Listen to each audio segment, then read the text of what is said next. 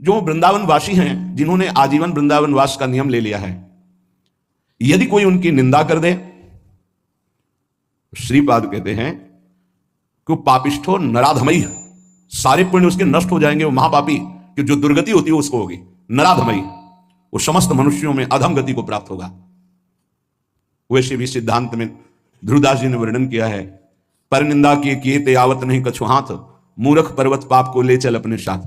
दूसरों की निंदा करने से हाथ तो कुछ लगता नहीं, और पाप की पोटरी सर पर रखकर नरक जाना होता है।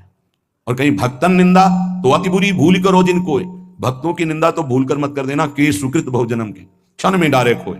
एक क्षण में निंदा की भक्त वैष्णव महापुरुषों की, सब सुकृत नष्ट हो गए, सब भाव नष्ट हो गया।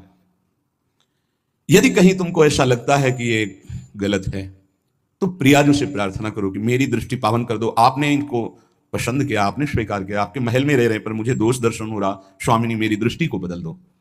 श्री वृंदावन के वास करने वाले की पूरी जिम्मेवारी प्रिया प्रीतम ले लेते हैं, तो परम बंदनीय और प्रशंसनीय हो जाते हैं, चाहे वो ये क्रूरापि पापिनो न तो सताम संभाव दृश्या से। क्यों? क्योंकि अब वो ठीक हो जाएंगे, पक्का ठीक हो जाएंगे। प्रिया प्रीतम बहुत कृपालु हैं। अगर कोई भी शास्त्रों को, भक्तों की महिमा को पढ़ के देखो तो दो चार की बात नहीं कहते, प्रायः ऐसे रहे जो माया में बहुत ही भ्रमित थे और सत्संग के द्वारा, संत साधु महात्माओं की कृपा के द्वारा वो ब्रह्म ऋषि बन गए, वो महापुरुष बन गए भगवान की आराधना करके। तो ऐसा नहीं है कि कोई गलत है तो उसको परम पद नहीं मिल सकता, नहीं, वो गलती का सुधार हो सकता है। प्रिया प्रीतम की शरण में है, सुधार हो जाएगा। बहुत जन्मों का बिगड़ा हुआ मन है, जो मंदबुद्धि वैष्णव जनों की, कहीं के भी वैष्णव हो, चाहे गृहस्थ हो चाहे विरक्त हो, यदि भगवत आराधन परायण है, कभी भी उसकी छिद्रान्वेषण वृत्ति से दोष दर्शन न करे। ढूंढे कौन सा दोष हो सकता है, बहुत सावधानी की जरूरत है।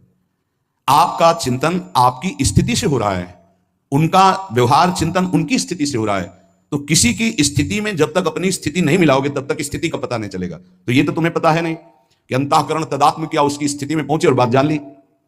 तुम तो केवल देह भाव में स्थित हो, तो देह भाव के अनुसार यदि किसी वैष्णव की, किसी भगत की, किसी बाहरी चेष्टा पर, बड़े बड़े महापुरुषों की बड़ी विचित्र लीलाएं होती हैं, उनको समझ पाना बड़ा कठिन है। सत्संग हो रहा है, बीच सत्संग में सत्संग को रोक दिया श्री रामकृष्ण परमहंस जी, और लाओ वो ये पकोड़ा।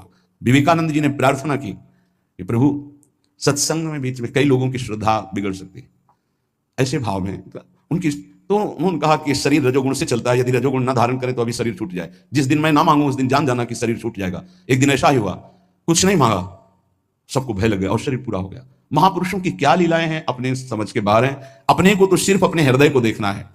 और श्री वृंदावन की तुलना, समानता अगर कोई इस भौम में किसी परम धाम से करे तो वो सच्चिदानंद मयत्व महाप्रेम में वृंदावन धाम की अवहेलना करता है। जैसे कोई आते हैं बाहर से, बोले हम जान लेते हो वृंदावन ही है, किसी भी पवित्र स्थान को लेकर वृंदावन की समानता में सिर्फ वृंदावन है।